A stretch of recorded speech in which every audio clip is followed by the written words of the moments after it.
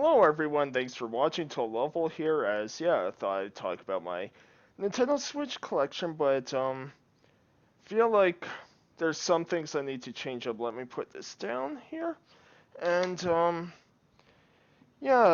maybe change my outfits or something, I don't know, let's just switch it up.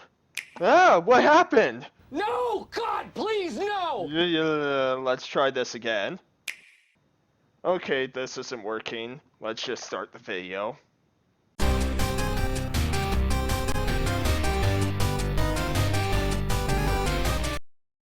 Alright, total level here again as, want to do another collection video, and a lot of people like my collection videos, and I like seeing other people, so really want to do another one. I will get to Xbox at some point, just I have so many games for both the original Xbox and the 360 that, just want to take a bit of a break and all that, and I want to focus on a smaller collection, my Nintendo Switch, and big reason why I want to focus on that is because one, with a smaller collection, you you mostly played all the games or finished a lot of them, or at least you're planning on finishing a lot of them versus like a large collection, so feel like I can talk about the games a lot more. And two, because it's a smaller collection, I'm able to capture gameplay for all of it. In fact, quite a few of the games I already have gameplay of just because of previous videos I've done recently. So, I thought it'd be fun, and start with the Switch. So, I just have this one, nothing special, just the red and blue Joy-Cons and day one. Oh, if you want to see, that's my Pokemon poster in the back, right behind the computer. So, but really great system, really love it. Even if I get an like updated OLED one, like I'll probably still keep this because I still like keeping it, and it'd be cool to have two of them, right? But probably won't upgrade because I, don't really need it, so put that maybe here.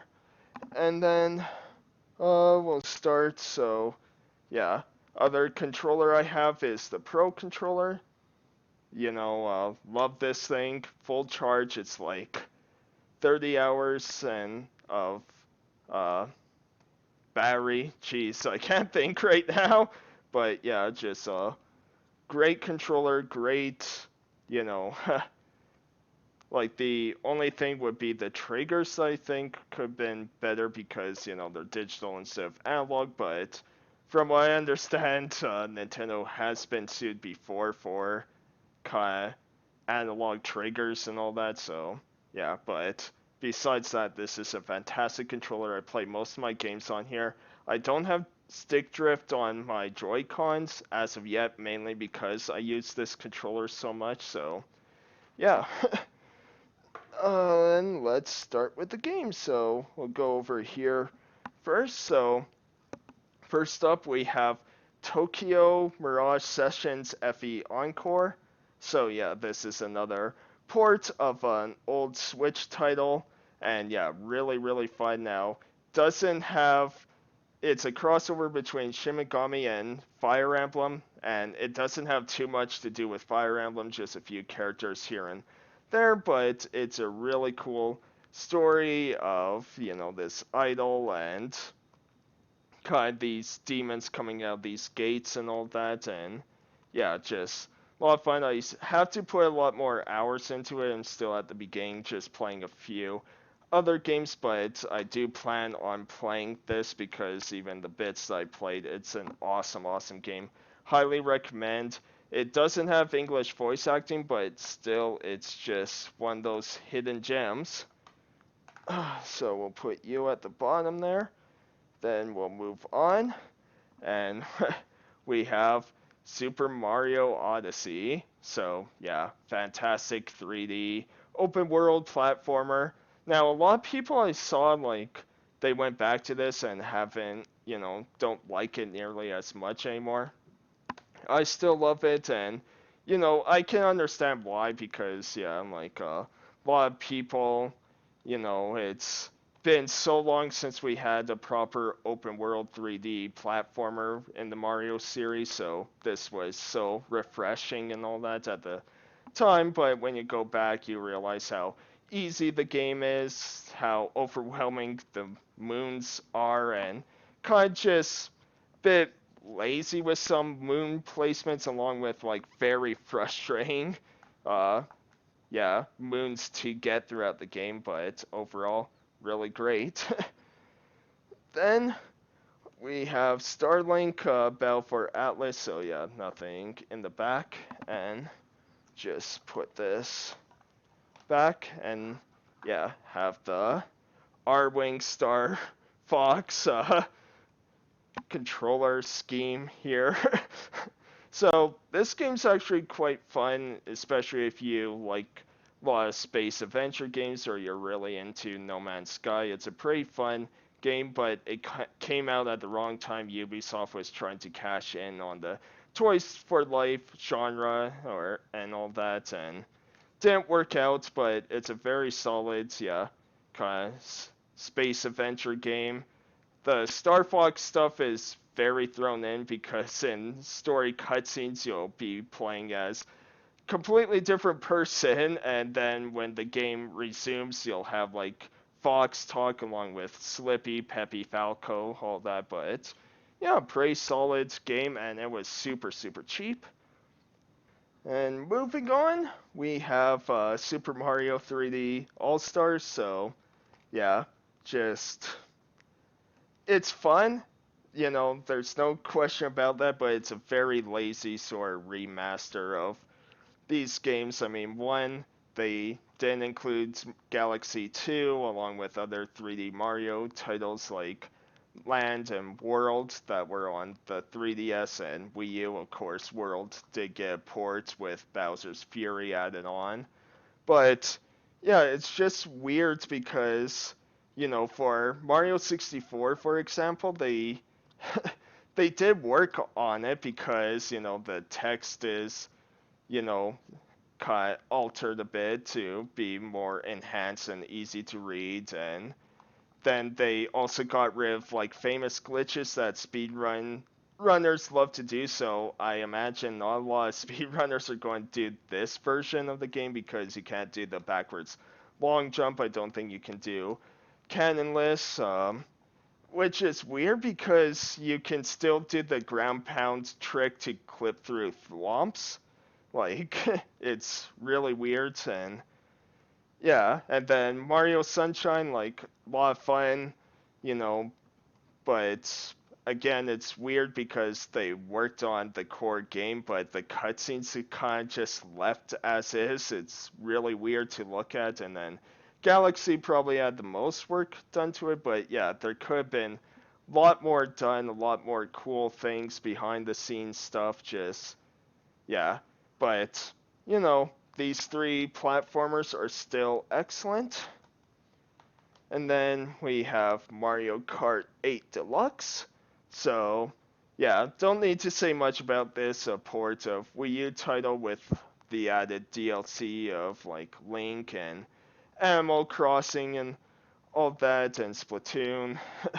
And, they're adding more courses. I haven't played this one too much lately. I played it a lot when I was in college, like through 2018 to 2020. Played this a ton at school, just hanging out, waiting for especially those 4-hour breaks between classes, and just waiting for school, next class to start. So went to the game room, played this a lot, but yeah, pretty awesome game to have. And then we have Need for Speed Hot Pursuit, so remastered, as this is, yeah, remaster of 360 PS3 title. One of the best Need for Speed games. I got this through my one and only Jeff box, and yeah, really cool. Doesn't require a ton, like a large download, only like 1 or 2 gigs, and yeah, plays pretty well on the Switch, and yeah, a lot of fun to play. Made by Criterion, so definitely a mix of Need for Speed and Burnout. Really awesome game.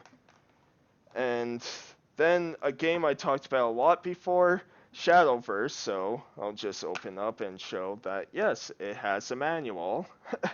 So very, very cool that it actually has a manual if you want to check out more of this game. I did a whole video on it before, but this is a train card game. Really, really fun.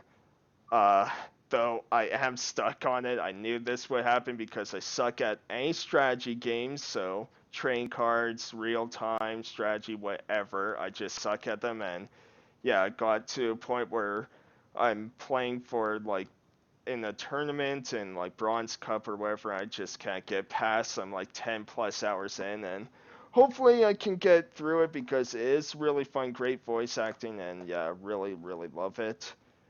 Then next we got Game Builder Garage. So this one is one of those, create your own game type scenarios. And the problem with these games is you're always limited, right? You're limited on data and assets and physics and all that sort of stuff. But it was super, super cheap, and there's some really cool creations people have made on it. So yeah, not too bad.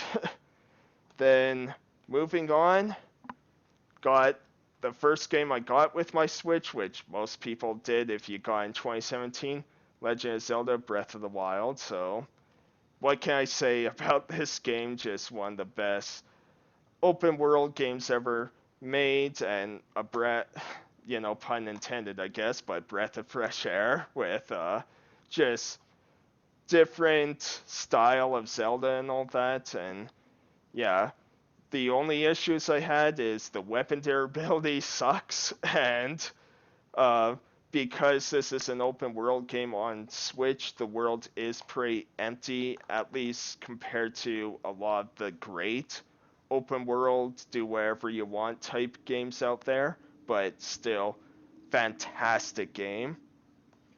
And then we have Paper Mario Origami King, so yeah, I have the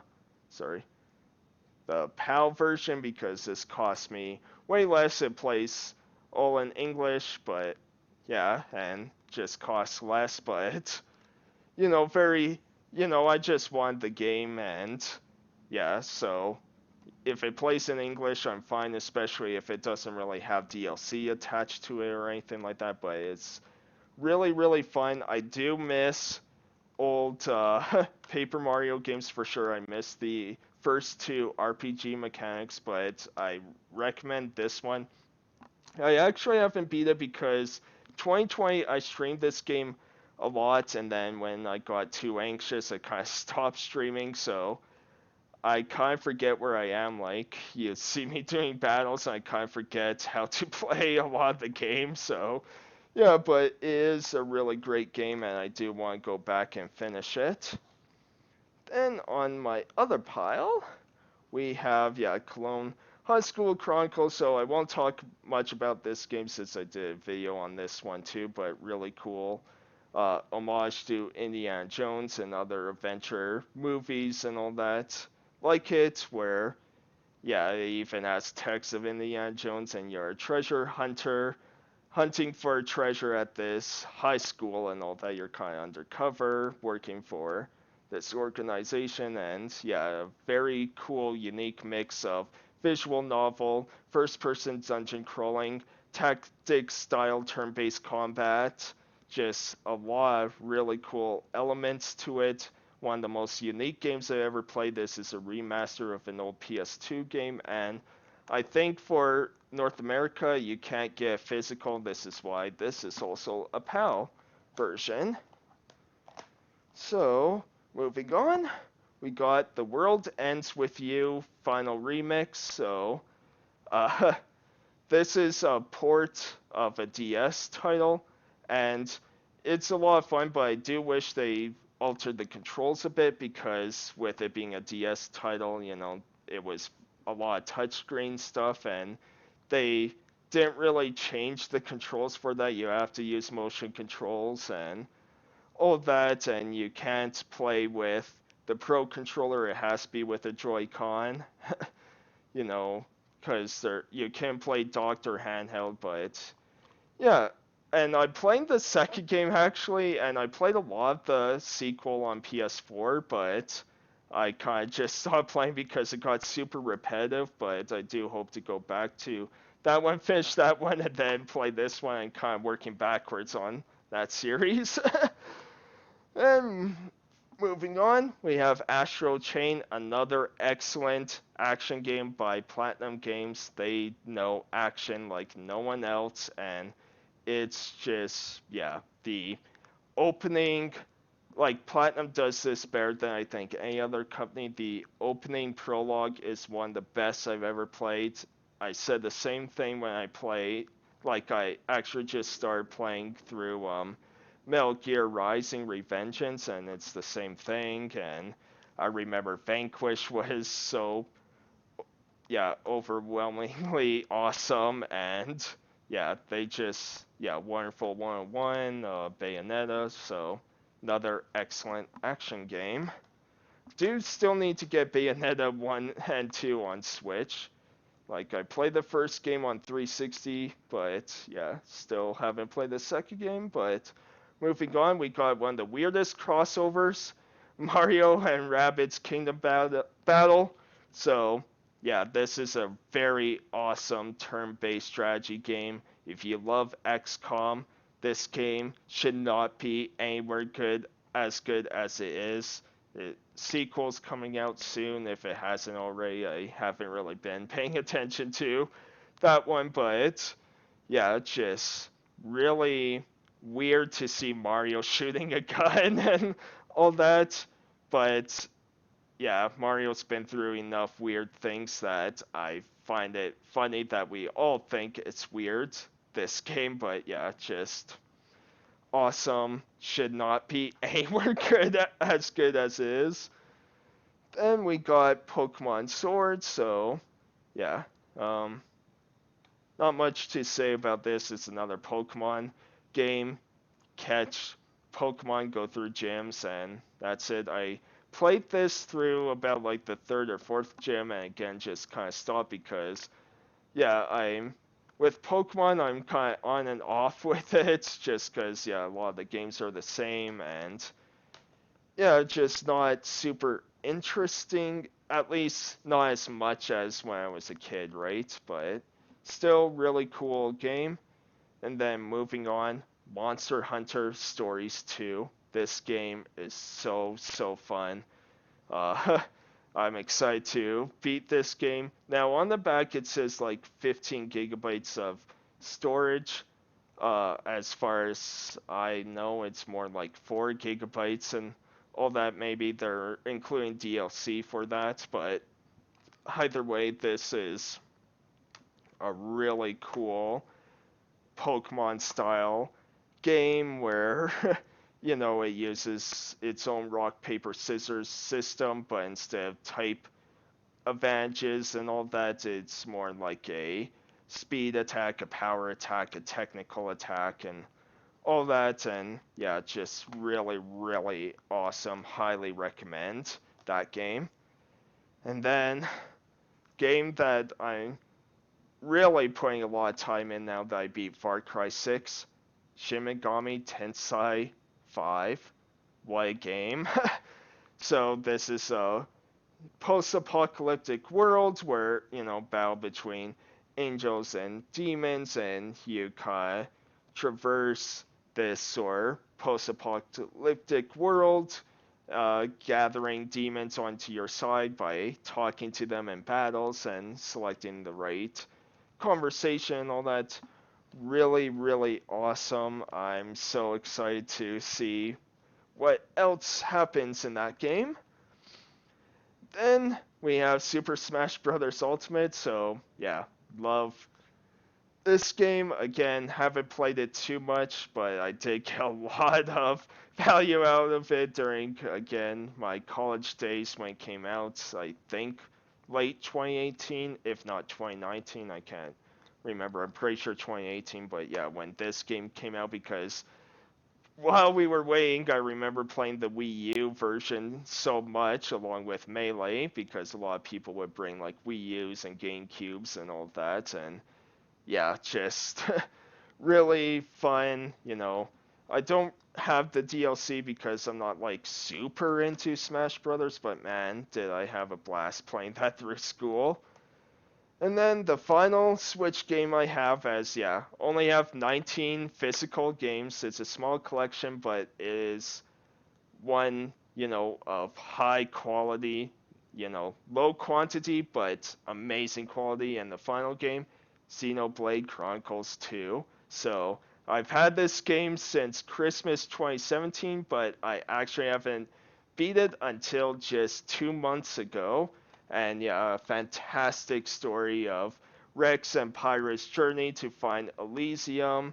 And yeah, I absolutely love this game. Some amazing cutscenes and just like goosebump type of moments with the cutscenes.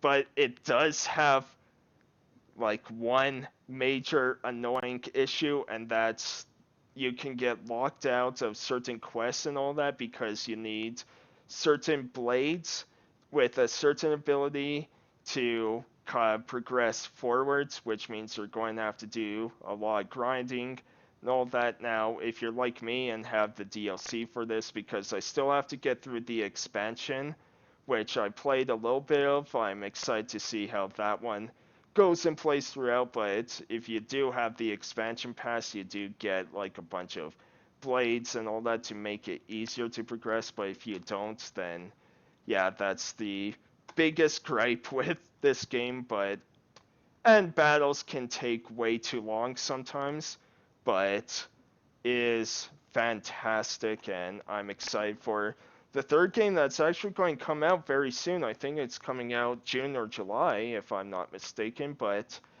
anyways, that's the end of my Switch collection. Like I said, it is a small collection, but I want to focus on it because most of these games I did beat, or I'm playing through right now, or again, planning to really dive in soon. So, yeah, I really want to talk about it, and with it being a small collection, I get to show gameplay for all of it. So, I really hope you enjoyed this and hope I got to show off a game or two that maybe you haven't heard of or you thought you wanted to check out and all that. And yeah, I again hope you enjoyed, and I'll see you next time. Thanks, everyone. Take care.